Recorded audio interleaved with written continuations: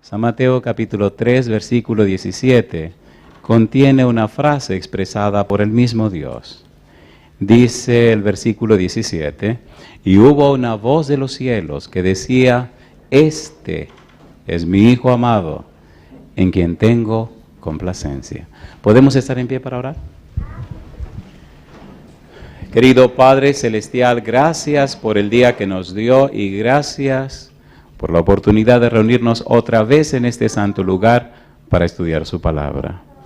Señor, gracias por la compañía de los ángeles y gracias por la dirección de su Espíritu. Permita a Dios en esta hora que el Santo Espíritu nos traiga palabra de vida para la vida eterna. Que hoy escuchemos no las palabras de un hombre, pero sí la palabra de Jehová que vive y permanece para siempre. Señor, pedimos su bendición sobre los amigos y amigas presentes, también sobre los hermanos y hermanas que nos acompañan y querido Señor, pedimos su bendición sobre aquellos y aquellas que nos siguen en cualquier lugar del mundo en esta hora. Que ellos también reciban su bendición. Y ahora, Señor, habilítenos, capacítenos y prepárenos para entender y comprender su verdad, anidarla en nuestro ser, y esa palabra de verdad nos cambie, nos transforme y nos convierta en personas arrepentidas para la gloria de su nombre. Dios, lo pedimos en el nombre de Jesús. Amén, Señor. Amén. Leíamos en el tema anterior, San Mateo capítulo 3, versículo 17, y decíamos que esto ocurre en ocasión del bautismo de Jesús. Jesús sube del agua, aparece el Espíritu Santo en forma de paloma y se asienta sobre él, y entonces se oye la voz de Dios que habla desde el cielo. Es bueno recordar, lo dijimos ayer, que en ese momento comienza el ministerio de Jesús. Después de su bautismo es llevado para ser tentado por el diablo y entonces en el capítulo 4, versículo 17, Jesús comienza su ministerio con la frase arrepentíos porque el reino de los cielos se ha acercado. Tema central de la predicación de Jesús, el arrepentimiento. Base fundamental de su ministerio, el arrepentimiento. Pero antes de iniciar su predicación, su ministerio, Dios habla. Decíamos también, San Mateo capítulo 17, versículo número 5, si podemos leer, mire lo que dice la Biblia. Ahora vuelve a hablar Dios otra vez y repite la misma frase. En el capítulo 3, versículo 16, Jesús comienza su ministerio. En el capítulo 17, versículo 5, es la experiencia de la transfiguración. Cristo está en el monte, está buscando la forma de fortalecer la fe de los discípulos. Llega el momento crucial de su deceso, de su muerte, de su sacrificio. Cristo se enfrenta con la realidad de que los discípulos no están listos para lo que les espera. No están preparados para ver a Jesús debajo de una cruz. No están listos para ver a Jesús morir como un maldito de Dios. No están preparados para ver a Jesús golpeado por los soldados romanos y escupido y maltratado por los judíos. Para que pudieran mantener su fe robusta, para que estuvieran listos y hacer frente a lo que viene. Entonces Jesús tiene la experiencia en el monte. La Biblia nos dice que esa tarde, después de trabajar todo el día, al atardecer, el Señor Jesús escogió a 3 de sus discípulos, Pedro, Santiago y Juan, y subió con ellos al monte. Los demás quedaron abajo en el valle. Y a medida que ascendían el monte, el sol se ocultaba. Para cuando llegaron a la cima, ya estaba de noche. No había luz. La Biblia refiere que Cristo se transfiguró. Su vestido, su ser, resplandeció de una manera maravillosa y todo el monte se llenó de luz.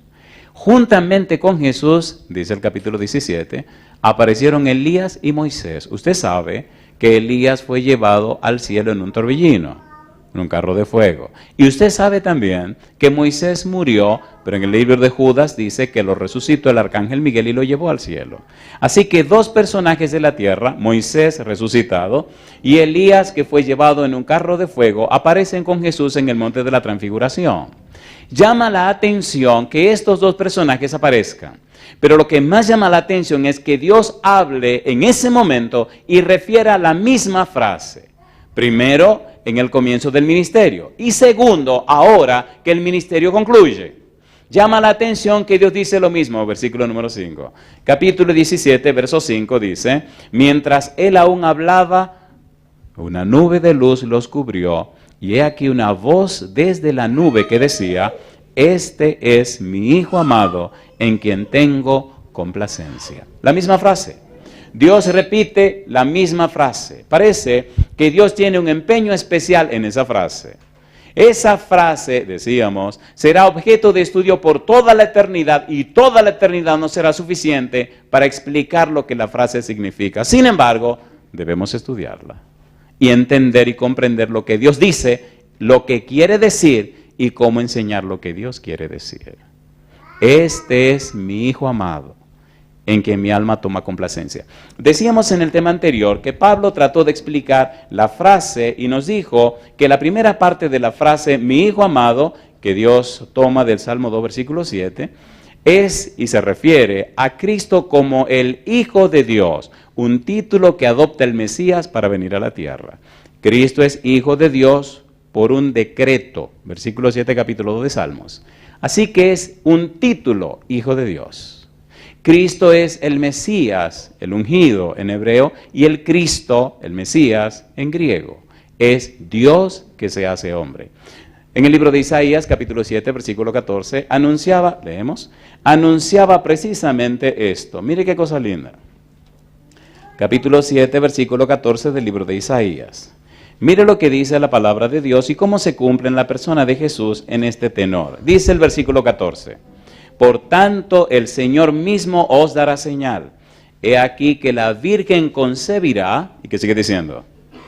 Y dará luz un hijo y llamará su nombre Emmanuel, que significa Dios con nosotros. San Mateo capítulo 1, versículo 21 al 23 nos refiere a la misma historia y nos dice que Emmanuel significa Dios con nosotros. Cristo es Dios con nosotros. Pero el punto nuestro es, ¿por qué Dios dice la frase, este es mi Hijo amado en quien tengo complacencia, cuando empieza el ministerio Jesús? ¿Y por qué lo repite cuando concluye su ministerio? ¿Qué ocurre en la vida de Jesús que enfoca la frase de Dios dos veces en dos ocasiones distintas? Recuerde que hablábamos ayer diciendo que la frase en quien mi alma toma contentamiento, Dios la refiere de Isaías 42, versículo 1, donde habla acerca del siervo sufriente, mi siervo, mi escogido, en quien mi alma toma contentamiento. Y decíamos también que la palabra siervo en la Biblia no necesariamente significa lo mismo que significa en el mundo secular. Siervo, esclavo, en el tenor de la Biblia, según Éxodo 21, nos habla y nos presenta un caso distinto al secular, al caso de afuera. Un siervo judío, un esclavo judío con otro judío, solamente era esclavo por 6 años. Al 7º año quedaba libre. Un esclavo judío de otra persona judía tenía derechos y también tenía privilegios. Si el amo maltrataba al esclavo, maltrataba al siervo, habían ciertas atribuciones que favorecían al esclavo. Y una cantidad de leyes que puede leer en el capítulo 21 de Éxodo 21. Pero es bueno saber también que hasta los reyes se llamaban siervos de Dios, esclavos de Dios. Los profetas, funcionarios del gobierno, etcétera, etcétera, etcétera. De modo que cuando Dios dice, mi siervo que yo escogí, en quien mi alma toma contentamiento, se está refiriendo a un aspecto especial de la persona de Jesús. Está refiriéndose al siervo sufriente. Se refiere al Cordero de Dios. Vayamos rapidito a Isaías capítulo 53 y enfoquemos en qué sentido se refiere a todo esto, para entrar en el tema de esta ocasión. Isaías 53, versículo 6, dice el verso 6, todos nosotros nos descarriamos como ovejas, cada cual se apartó por su camino, y ahora dice, mas Jehová cargó en él el pecado de todos nosotros. Angustiado él y afligido, no abrió su boca. Y dice ahora, como cordero fue llevado al matadero, y como oveja delante de sus trasquiladores, enmudeció, y no abrió su boca. Dice el versículo 11, verá el fruto de la aflicción de su alma, y quedará satisfecho. Por su conocimiento justificará a mi siervo justo a muchos y llevará las iniquidades de ellos. Dice, Jehová cargó sobre él el pecado de todos nosotros. Habla de el Cordero. Cuando Juan comienza su ministerio y se encuentra con Jesús, San Juan capítulo 1, versículo 29, dice, he aquí el Cordero de Dios que quita el pecado del mundo. Aquí comenzamos. El Cordero de Dios que quita el pecado del mundo. En el versículo 36 repito otra vez la misma frase. Es bueno saber, y también es bueno leerlo, que esta frase, este nombre aparece solo 4 veces en la Biblia. Leamos, por ejemplo, en Hechos capítulo 8, versículo 32, la misma palabra Cordero. Gracias a Dios tenemos la Biblia en español, pero algunas personas deberían estudiar un poco los idiomas bíblicos para darle matiz, sentido, significado a lo que se estudia. Y quiero decir esto.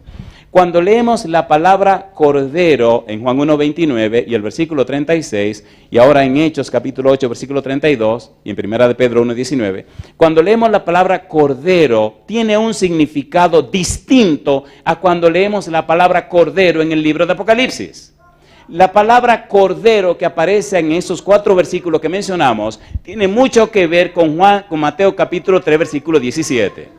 Y la otra palabra Cordero de Apocalipsis tiene mucho que ver con la frase que Dios dijo allá en el monte. De allí la importancia de lo que estamos estudiando. Recuerde que decíamos que cuando Dios habla, cuando Dios dice algo, dice más de lo que se dice.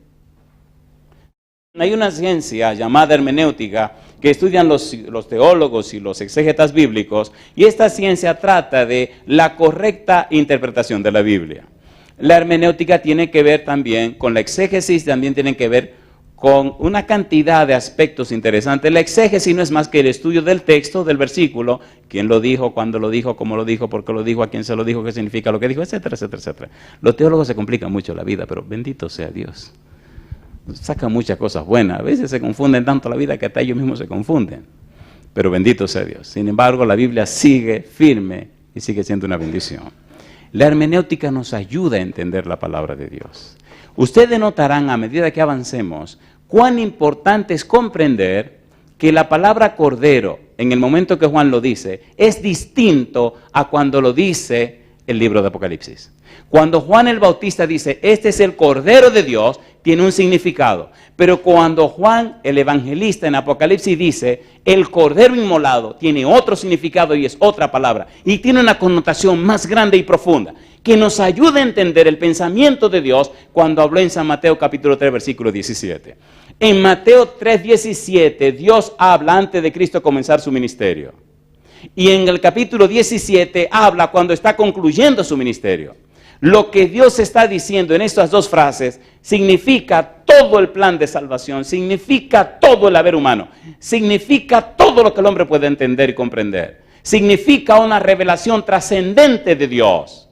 Dios se está refiriendo a un ser divino, un ser monogénez, un ser único, un personaje que no existe otro en todo el universo. No hay otro personaje que siendo Dios se hiciera hombre. No hay otro personaje como Cristo Jesús. No hay nadie como Él, ni en el cielo, ni en la tierra, ni en ninguna parte.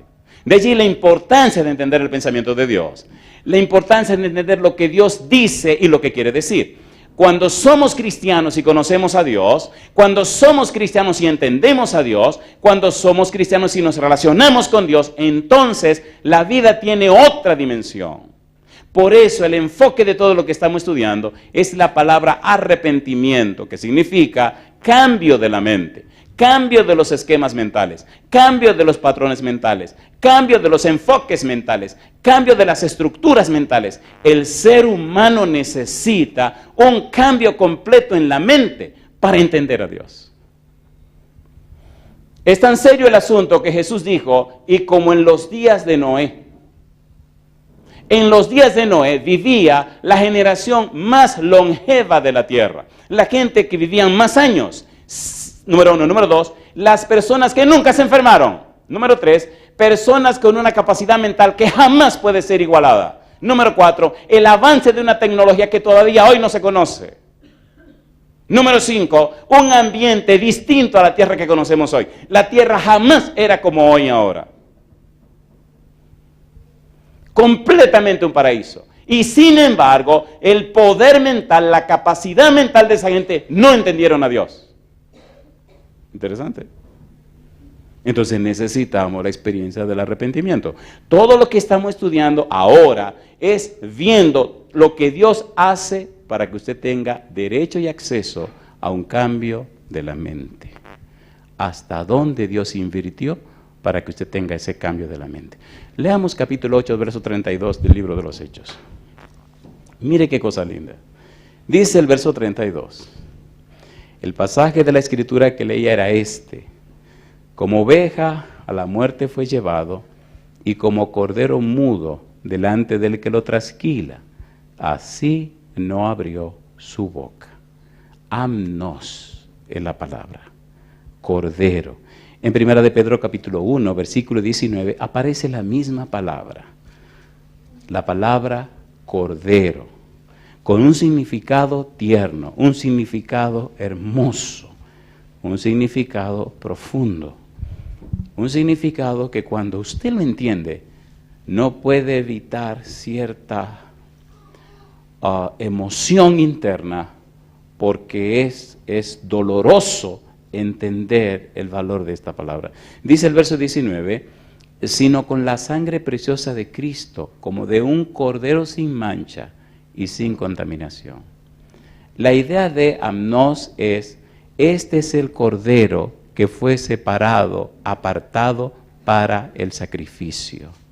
Es el cordero que el día 10 se escogió para sacrificarlo el día 14. Imagínese el amor que debe existir en un pastor que escoge su cordero el 10 y sabe que lo tiene que matar el 14. ¿Saben cómo son las ovejas? Me llama la atención que Rosalía conoce muy bien las ovejas. Y me enseñó algunas ovejitas en su cámara. Las ovejas son. Y ahora una pregunta. ¿Verdad que toda vez que se habla de muerte es sinónimo de dolor? ¿Sí o no? La palabra amnos significa el cordero que Dios provee para el sacrificio. El cordero que Dios escogió para el sacrificio. El cordero de Dios. La paga del pecado es la muerte. Dios escogió a su propio Hijo para ese sacrificio. Pero el Hijo aceptó la escogencia de Dios. ¿Recuerdan la experiencia de Abraham? ¿Recuerdan que Abraham le falló a Dios? ¿Se acuerdan o no se acuerdan? ¿Recuerdan que Dios le dijo que Sara tendría su bebé? Y él no esperó. Tuvo su situación con Agar. ¿Recuerdan lo que le pidió Dios en Génesis capítulo 22? Toma a tu hijo Isaac, tu único a quien amas, y sacrifícalo en el monte que yo te diré. Cuando llegaron al monte, hubo un momento interesante y emocionante. Abraham le dijo a los criados, quédense aquí, que yo voy a subir con el muchacho. Lo interesante es que llevaban un cuchillo, llevaban leña y llevaban fuego. Pero algo estaba raro aquí, descubrió Isaac. Algo como que aquí faltaba algo. Génesis capítulo 22. Mire la pregunta del muchacho. Me gusta este incidente, este momento, porque me hace pensar en Dios. Por eso la frase en quien mi alma toma contentamiento es tan especial y tan profunda y tan importante. Génesis capítulo 22, versículo número 7. Oiga qué interesante pregunta hace Isaac. Ponga cuidado. Dice el versículo 7. Entonces habló Isaac a Abraham su padre y dijo, Padre mío. Y él respondió, heme aquí mi hijo. Y él dijo, he aquí el fuego y la leña, mas ¿dónde está el cordero para el holocausto? Y respondió Abraham, ¿qué cosa? Dios se proveerá de cordero para el holocausto, hijo mío. E iban juntos. ¿Cuántos hijos tenía Abraham en ese momento? Ustedes saben que había otro, ¿verdad que sí? Estaba Ismael, pero ¿cuál era el hijo de la promesa? Isaac. ¿Cuál fue el hijo que Dios le prometió? Isaac. Y si Abraham sacrifica a Isaac, ¿qué iba a pasar con el hijo de la promesa? Buena pregunta, ¿verdad? Ahora Isaac le dice, ¿dónde está el cordero para el holocausto? Aquí está la leña, aquí está el fuego, está el cuchillo, pero la respuesta de Abraham, Jehová se proveerá de cordero para el holocausto. Jesús dijo una frase, Abraham vio mi día y se gozó. Mi pregunta para usted, Fue interesante y doloroso el momento cuando Abraham tuvo que tomar el cuchillo, explicarle a su hijo que él era el cordero, subirlo encima del altar con la leña, tomar el cuello del muchacho y antes de aquello despedirse de su hijo. Oiga, vamos a ponernos claro, ¿era obediente Isaac? Mamacita linda, con un muchacho de hoy día le hacen ese relajo y sale disparado de ese monte que todavía estuviera corriendo, ¿sí o no? Usted está loco. Isaac se quedó tranquilo. Y después que se despidieron, después de las lágrimas, me imagino el muchacho haciendo un par de preguntas. Papá, pero ¿y entonces? Imagino a Abraham diciéndole, mira mi hijo, yo voy a hacer la voluntad de Dios, pase lo que pase. Ya le fallé una vez y no voy a fallar otra vez. Dice la Biblia que cuando Abraham bajó el brazo para cortar el cuello de su hijo, el ángel le sostuvo el brazo y le dijo, ahora sé que temes a Jehová. Y entonces apareció allí un cordero y Abraham lo tomó y lo sacrificó. Mi pregunta para usted, ¿había algún simbolismo en esta experiencia de Abraham? Sí, Señor. Sin embargo, cuando le correspondió a Cristo ser sacrificado, nadie lo libró del sacrificio. La frase en que mi alma toma complacencia nos dice a nosotros, le dice a usted y me dice a mí, que el amor que Dios tiene por usted es tan grande que usted necesita una mente distinta para entender el grande amor de Dios. ¿Sí o no? ¿Sí o no? Póngase a pensar, el todopoderoso Dios sin poder. En Getsemaní Jesús gritó, Dios mío, si es posible, pase de mí esta copa, mas no se haga mi voluntad, sino la tuya. Yo pregunto, ¿fue fácil ese momento para Jesús? No. ¿Fue fácil para Dios? No. Sin embargo, Dios se mantuvo firme y Jesús se mantuvo firme. Leíamos anoche en 1 de Pedro 1, 19 y 20 que este cordero fue apartado desde antes de la fundación del mundo. Sabían que ese día llegaría, sabían que ese momento llegaría. Y me llama la atención San Juan capítulo 17, versículo 1, una frase que siempre suena en mi mente. Juan 17, 1, esta frase, hace algún tiempo trabajamos con ella, pero siento la necesidad de trabajarla más.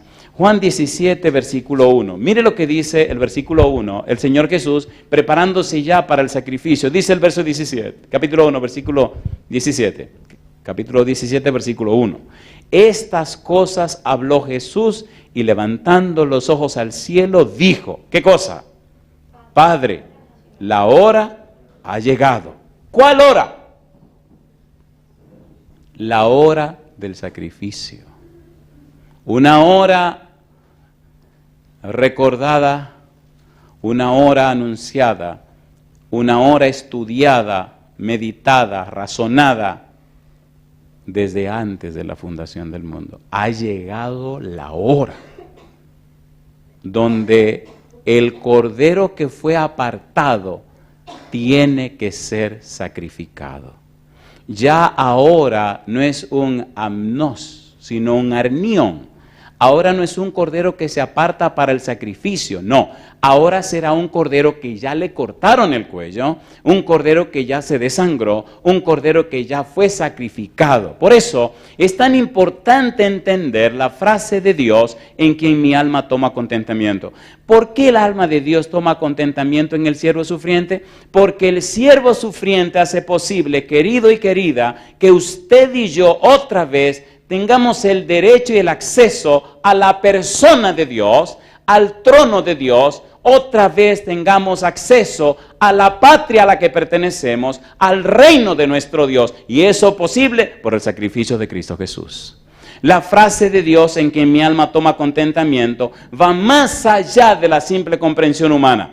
La frase en que mi alma toma contentamiento significa más que el simple hecho de salvar al ser humano. La frase en que mi alma toma contentamiento nos dice que hay un conflicto universal y que ahora en esta hora se resuelve ante todo el universo. Y todo el universo entiende que Satanás es mentiroso y padre de mentira. Y Cristo dice, y si yo fuere levantado, a todos atraeré a mí mismo. Alabado es el nombre de Dios. El conflicto en la tierra no solamente es importante para la tierra, es importante para todo el universo. No es un asunto solo de que usted se entregue a Cristo para que reciba salvación y vida eterna. Es más que eso.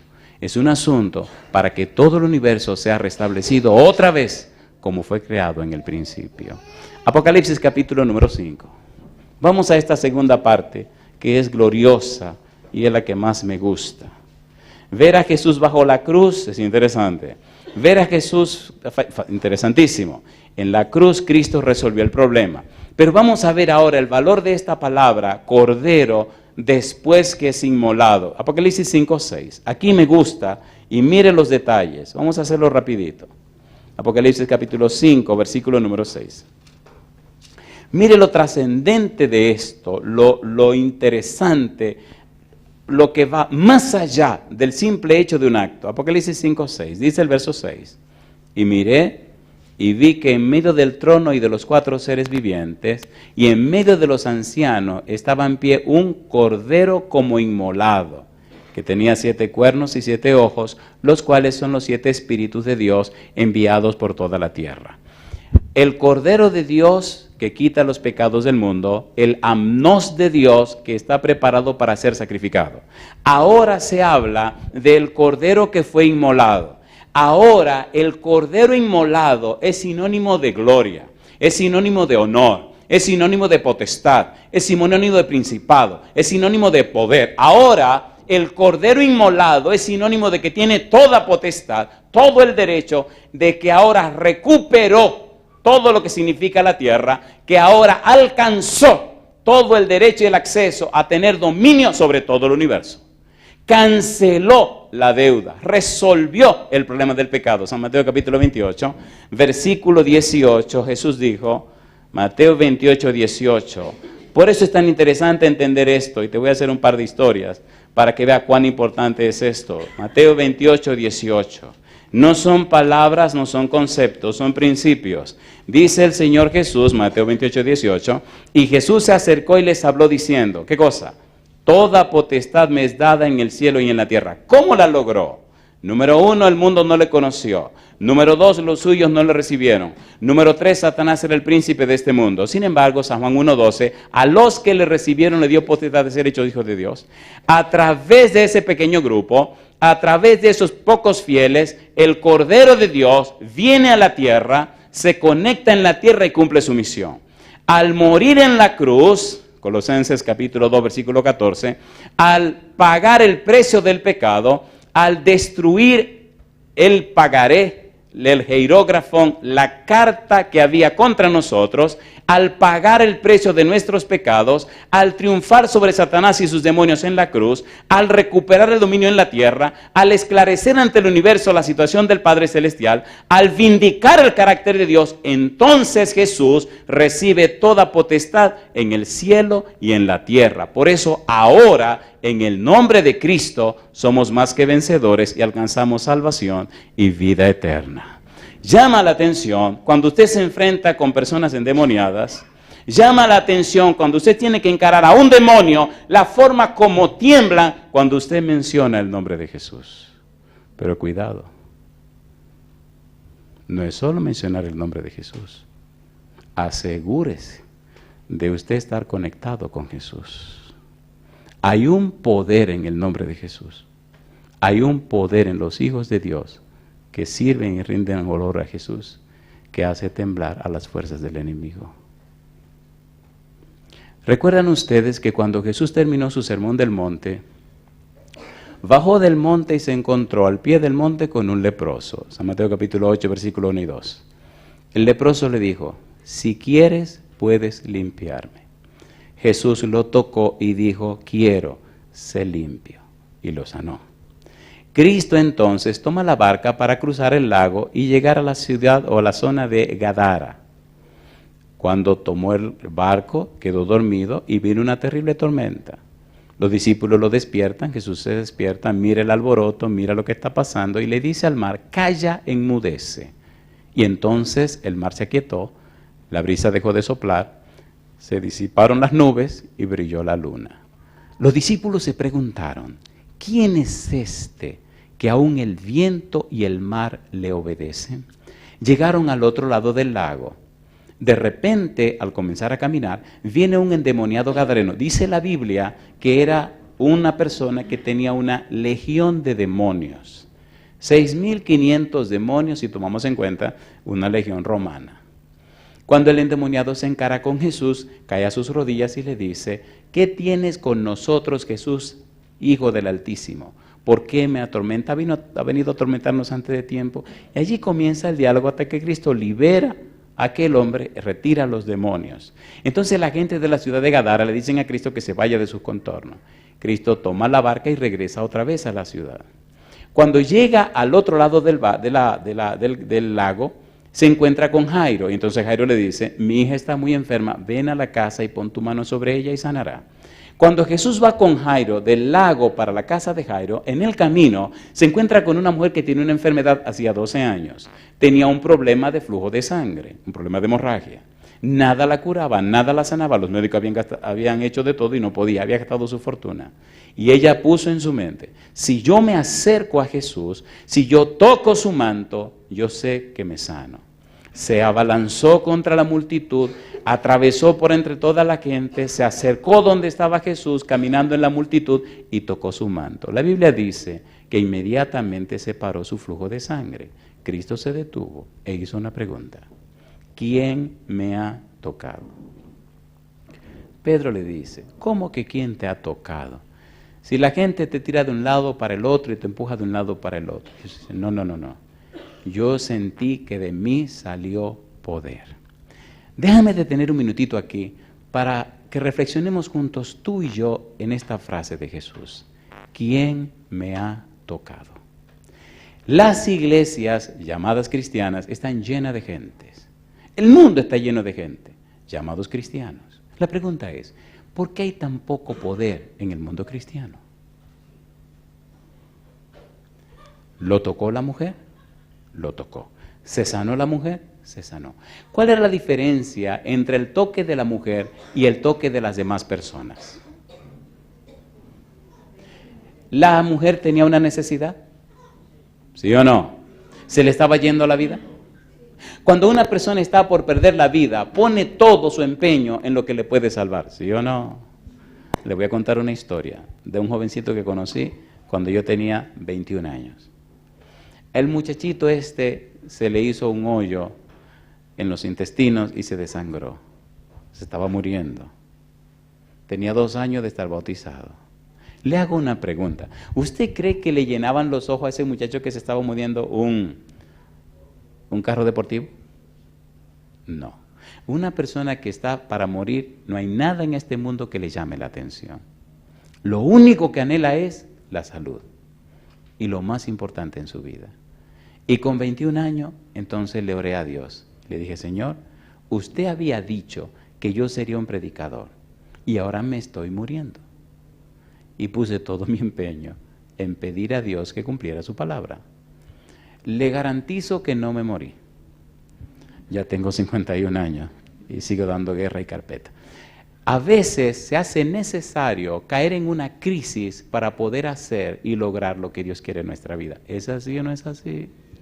No es 1 ni 2 los generales, hombres y mujeres, que he tenido que ir a ver al hospital porque fueron tan testarudos, tan terribles, que ahora en la cama, mirando al techo, se dieron cuenta que no vivieron la vida como Dios quería.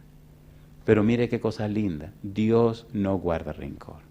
Dios acepta a sus hijos en el momento que vienen.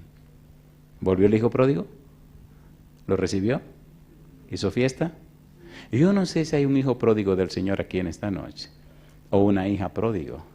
Mira, yo no sé cuál es tu situación, o una enfermedad. Yo no sé qué es lo que está pasando contigo. Una cosa yo sé, que Dios nos dio a Jesús para pagar el precio de nuestros pecados y darnos así salvación y vida eterna. Eso es lo que yo sé. Cuando la mujer se sanó, el Señor le dijo, hija, ve en paz. siguió camino a la casa de Jairo. En el momento que termina de hablar con la señora, alguien le dice a Jairo, deja al maestro tranquilo, tu hija ya falleció. Jesús mira a Jairo y le dice, no temas, cree solamente. Cuando llega a la casa de Jairo, la niña estaba muerta. Mandó sacar a la gente. Y entonces se quedó con Jairo y su esposa y aquellos 3 discípulos. Le dijo a la niña, niña, a ti te digo, levántate. La niña abrió los ojos y entonces se sentó en la cama. Y él dijo, denle de comer. ¿Por qué le estoy diciendo esto? Escuche, por favor. Aún antes de morir en la cruz, Cristo tenía poder y autoridad sobre todas las circunstancias de la vida. Y ahora, después que muere en la cruz, después que es el arnión, el cordero inmolado, mire lo que dice la Biblia, mire qué cosa linda, Apocalipsis capítulo número 5.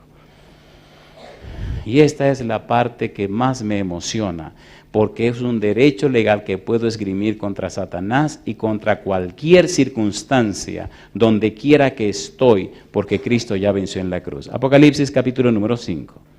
Versículos 6, ya lo leímos, versículo número 8. Dice el verso 8, Apocalipsis 5, 8, y cuando hubo tomado el libro, los 4 seres vivientes y los 24 ancianos se postraron delante del Cordero. Todos tenían arpas y copas de oro llenas de incienso, que son las oraciones de los santos. Y escuche, y cantaban un nuevo cántico diciendo, digno eres de tomar el libro y de abrir sus sellos, porque tú fuiste inmolado y con tu sangre nos has redimido para Dios de todo linaje y lengua y pueblo y nación. Le pregunto a usted, ¿tuvo sentido la muerte de Cristo en la cruz del Calvario, sí o no? Cuando Dios dice, en quien mi alma toma contentamiento, nos está diciendo, este siervo sufriente, este es el Cordero de Dios, este es el personaje que resolverá el problema del pecado. Esta es la llave de entrada otra vez en el reino de los cielos. Este es el que tiene acceso para que el Espíritu cambie y transforme tu mente y tu corazón. Este es el que puede habilitarte para entenderme y comprenderme a mí. Este es el que puede resolver el problema que nos separó a ti y a mí, llamado pecado. Este Cordero de Dios, este siervo sufriente, este Cristo Jesús es la solución al problema cualquiera que sea. Y si el problema se mantiene, entonces Dios se mantiene por encima del problema. La mayor tragedia del cristianismo es no conocer a Cristo. La mayor tragedia del cristianismo es no conocer a Dios. La persona involucrada o envuelta en el cristianismo es la persona de Dios. Dios Padre, Dios Hijo, Dios Espíritu Santo. Todo el cielo empeñado e interesado en el ser humano. Todo el cielo enfocado en guiar y dirigir la vida del ser humano. Número 1, Apocalipsis capítulo 5, versículos 6, 8 y siguiente, presenta a Cristo como el centro de los ángeles, el centro de los redimidos y el objeto de su adoración. Capítulo 7, versículo 17, presenta nada más y nada menos que a Jesús como el conductor y pastor de los santos. Capítulo 21, versículo 23, lo presenta como la luz de la santa ciudad. Capítulo 6, versículo 1 y 16, presenta a Cristo como aquel a quien se le ha entregado todo juicio, toda justicia, aquel en cuya mano se deposita todo, porque cumplió y alcanzó aquellos parámetros establecidos por Dios. Pastor Portes, ¿y por qué esto es tan importante para nosotros? El Señor Jesús dijo, el que no naciere de nuevo, no entrará en el reino de los cielos. La palabra de Dios establece, necesitamos ser arrepentidos para entrar en el reino de los cielos. El apóstol Pablo dijo, necesitamos la renovación de nuestro entendimiento. Querido o querida, es imposible entender a Dios con una mente carnal. No importa cuánto te esfuerces, necesitamos la unción y dirección del Espíritu para entender las cosas espirituales, porque las cosas espirituales se disciernen espiritualmente.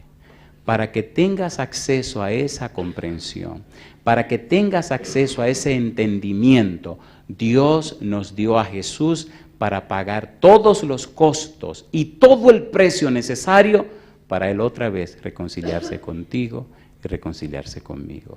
Volver otra vez a la patria del Padre, volver otra vez a la casa de Dios, volver otra vez a la familia celestial. Todo el trabajo, todo el sacrificio, todo el empeño de Dios para abrir un camino, una senda donde puedas transitar y regresar otra vez al seno de nuestro Padre Celestial. En el libro de Efesios, en el capítulo 2, el versículo 19, me ayuda a pensar en Dios como un Padre y tiene una familia. Dice el versículo 19, así que ya no sois extranjeros ni advenedizos, sino conciudadanos de los santos. ¿Y qué dice ahora? Y miembros de la familia de Dios. ¿Te gustaría ser miembro de la familia de Dios? Estaba en una ciudad y una noche vino una dama. Hay personas en este mundo de cuya vida se sabe poco y lo poco que se sabe no es suficiente para entender situaciones que ocurren. Esta dama se ganaba la vida de una manera muy extraña, no asunto de hombres o de sexo, no. Se ganaba la vida atracando a la gente, se ganaba la vida matando a la gente si era necesario. Y vino a la campaña y escuchó la conferencia. Y cuando todo terminó, me preguntó si yo podía visitarla en su casa. Y le dije que sí. Yo no sabía con quién estaba hablando. Así que pregunté la dirección de la dama, quién era, todo el mundo la conocía. Y fui a visitarla. Nunca en mi vida, nunca olvido esta experiencia. ¿Cómo Dios puede sacar a una gente de lo más bajo, de lo más bajo, de lo más sucio, de lo más sucio, de lo más... y llevarlo a una experiencia increíble?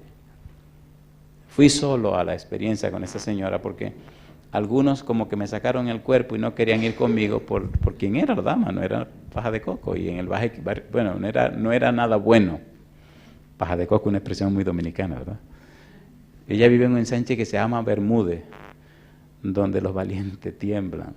Como yo no soy ni valiente ni nada de eso, pues no sabía, me metí al barrio. Estacioné mi carro y comencé a preguntar quién era esa señora. Me metí por unos callejones y llegué a la casa. Y la gente me miraba raro, como este tipo con corbata, ¿qué hace aquí en el barrio? Llegué a la sala de la casa y no había nada en la sala de la casa. Nada. Y entonces pregunté, ¿hay alguien en la casa? Y me respondieron de la habitación. Sí, pase. Está loco, pase. ¿Cómo me meto yo en la habitación? Digo, no, yo prefiero hablar aquí. Y la señora me dice, no, pase, pastor, no tenga miedo, mi hijo está aquí conmigo. Entonces me paré en la puerta de la sala, de la habitación y miré. Ahí no había nada, solo una cama en medio de la habitación. Estaba sentada, su hijo estaba sentado. Y me senté yo también. Y él comenzó a hacerme preguntas. Dijo, cuando yo tenía 5 años, ayudaba el trabajo de mi papá. Mi papá se dedicaba a matar animales. Y desde los 5 años me decía, agárrale ahí la patita. Y yo veía cómo enterraba el cuchillo y partía el corazón de los animalitos. Y yo le ayudaba a partir y a partir, a correr, a preparar la carne de los animales. Yo me crié mirando los cuchillos entrar a los cuerpos y salir. Y se me hacía fácil ver cómo un cuchillo entraba y salía. Crecí, fui muy hermosa, tenía el pelo bien largo, los hombres me codiciaban. Pero aprendí a pelear aquí en el barrio con los puños y con los pies. Podía pelear hasta con 3 hombres y le ganaba. Y me fascinaba pelear con cuchillo. Mire, me enseñó los brazos todos llenos de cicatrices. Y me enseñó parte de... A mí me fascinaba pelear, me encantaba pelear. Y entonces dije, no, pero espérate, hay que sacarle beneficio a esto. Y empecé a atracar gente a ganar dinero. Y comenzó a contarme las experiencias espantosas que yo no voy a decir jamás. Y otras cosas más. Entonces me dijo, ¿usted cree que Dios me puede perdonar a mí? La Biblia dice, y creo que usted lo ha leído también, la sangre de Jesucristo, su Hijo, nos limpia de todo pecado. ¿Eso es verdad o es mentira? ¿Es verdad o es mentira? ¿La muerte de Cristo en la cruz del Calvario pagó el pecado de todos nosotros, sí o no? ¿Ya Cristo fue inmolado, sí o no? Pues sí, y Dios cumple su palabra. Esta mujer comenzó a llorar. Y entonces me preguntó, pastor, ¿usted se atreve a bautizarme a mí en la iglesia? Porque déjeme decirle, Andrés no lo va a dejar. Andrés era el primer anciano que conocía a esta señora desde que era una niña. Y conocía la pieza que era. Y empezó a contarme de los miembros de la iglesia, del daño que ella le hacía y todas las cosas que le hacía. Yo le pregunto a usted, ¿tiene Dios poder para cambiar un corazón? ¿Tiene o no tiene?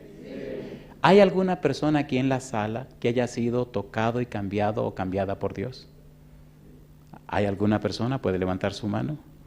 Alabado sea Dios. Así que no estoy hablando en falso. Llegó el día de la junta de la iglesia. Estábamos leyendo una lista larga de nombres. Esa campaña empezó para durar 3 semanas y duró 17 semanas. Una campaña maravillosa. Cuando dejé de último el nombre de esta señora, era el nombre número 38. Cuando yo leí el nombre de la amiga Bruna, hubo un silencio en la junta, compadre. Ustedes saben cómo somos nosotros. Y me dice el primer anciano, yo oí bien. Y yo le respondí con una sonrisa, usted oyó perfectamente. Y se le llenaron los ojos de lágrimas. Y me dijo, ¿y quién puede impedir lo que el Espíritu puede hacer? Y yo hago una pregunta esta noche. ¿Es el cielo para los pecadores o es el cielo para los santitos? Bueno, vamos a decir que para los dos. Si usted se siente muy santo, bendito sea Dios. Venga a Cristo Jesús y Él le da salvación y vida eterna. Pero si usted es un pecador como yo, póngase en pie. Porque el cielo es para usted también. Esta noche yo quiero orar con los pecadores. Pero déjeme decirle con cuáles pecadores. La humanidad está en una crisis espantosa. Pero la humanidad es el resultado de las decisiones que hicieron los que se llaman padres y madres. ¿Sí o no? ¿Sí o no? Si usted papá o usted mamá fuera una persona arrepentida, con una mente cambiada, una persona nacida de nuevo, una persona completamente entregada a Dios, yo le pregunto, ¿verdad que su casa sería distinta? ¿Sí o no? Pero ¿verdad que sus hijos posiblemente serían distintos? En casa tenemos 3 hijos que Dios nos dio. Y mi esposa y yo hemos decidido servirle a Dios y vivir para la gloria de su nombre. Y hemos visto cómo Dios ha cuidado y protegido a nuestros hijos. Y a veces nos cuentan unas historias, son unos bárbaros, nos la cuentan después que la viven. Papi, tú no sabes que un día en la universidad salí en el carro de una amiga. Mi negra, pero tú no tienes licencia. ¿Qué me acordaba yo? Ay, mamacita linda. Y entonces, oiga, me puse nervioso, pero ya había pasado. ¿Hacen o no hacen su poca diablura los muchachos? ¿Sí o no? ¿Sí o no? Pero benditos sean los padres que oran por los hijos. Y después le cuentan eso a uno como una hazaña y uno con el corazón en la boca. Pero tú nunca me dijiste eso. Ay, ¿cómo te lo iba a decir? Yo sabía lo que me venía. Yo quiero orar esta noche por los padres. Todo aquel o aquella que tiene hijo. Y 2 cosas. Primero, oiga bien, sin emoción, con la sangre bien fría. Primero, si usted sabe que usted no ha sido el ejemplo y el modelo para su hijo o su hija, usted es la persona con la que yo quiero orar. Número 2, si usted ahora quiere que el Señor tenga derecho sobre usted y todo el poder del cielo trabajen en su vida para usted ser lo que debe ser, entonces yo quiero orar por usted. ¿Hay algún valiente, alguna valiente que se atreva a decir sí levantando la mano? Uy, son demasiados. Son demasiados. Recuerden que estoy hablando para los que tienen hijo, los que tienen hija. Lo suyo viene después, no se preocupe. Yo quiero que pasen al frente esos que tienen hijos o hijas. Vengan conmigo aquí arriba. Suban aquí arriba conmigo. Yo quiero que el mundo entero los vea. Si usted tiene hijo o hija, usted es un padre o una madre, y esta noche usted le dice a Dios, Señor, yo no he sido el modelo para mi hijo o para mi hija. Señor, yo no he sido lo que debo ser, pero esta noche, Señor, le doy derecho sobre mí para que Cristo me cambie, para que Cristo me convierta en lo que debo ser, para que trabaje en mi mente, transformándola conforme a la mente de Cristo, para que haga en mí el milagro del nuevo nacimiento. Lo que los hijos creen, queridos y queridas, no es lo que le decimos. Nuestros hijos creen en lo que nosotros somos. Para ellos vale más un testimonio, una experiencia, un momento donde reflejamos nuestro verdadero yo. Para ellos vale más la honestidad, la autenticidad, que todos los sermones que podamos decir. Nuestros hijos no son tontos, nuestros hijos son muy sabios y ellos saben quiénes somos los padres. Quiera Dios que en esta ciudad de Bariloche cada hogar se convierta en un pedazo de cielo y cada padre se convierta en un modelo. No es un asunto de que te van a salir las alas, pero sí es un asunto de que el Señor te limpiará con la sangre de Cristo Jesús. Y qué lindo será cuando tú puedas verle los ojos a tus hijos. Y qué lindo será cuando tú le digas, hijo, perdóname, me equivoqué. O cuando le digas a tu hija, mi negra linda, perdóname, me equivoqué. Dejémonos de máscaras, queridos. Por eso necesitamos que el Espíritu nos cambie y nos transforme. Porque Dios quiere salvar a la familia. El Señor no quiere dividir hogares. Su anhelo es reconciliar los padres con los hijos y los hijos con los padres. Es el mensaje de Elías, fue el mensaje de Juan el Bautista y es el mensaje del tiempo final. Es el mensaje que queremos predicar. Un papá arrepentido, una mamá arrepentida, un hijo arrepentido y una familia completa arrepentida, ungida del Espíritu Santo. Querido Padre Celestial, gracias por la reunión de esta noche. Gracias, Señor, por darnos a Cristo Jesús. Gracias porque antes de la fundación del mundo, usted escogió a Jesús para ser el Cordero de Dios que quita, que carga, que lleva el pecado del mundo. Dios Santo, Padre amado, gracias por ese concilio que se llevó a cabo antes de la fundación del mundo, donde usted, Señor, donde el Señor Jesús y el Santo Espíritu acordaron que Cristo sería nuestro garante. Y gracias porque en el momento de la crisis, el Señor Jesús valientemente puso a un lado su capa real, puso a un lado su corona, entregó su cetro y vino a este mundo de oscuridad y de pecado a nacer como un niño indefenso. Oh Dios, qué santa valentía. Gracias porque llegó la hora y fue levantado en la cruz. Pero gracias, Señor, porque al tercer día se levantó de la tumba y ahora está sentado a la diestra del Todopoderoso.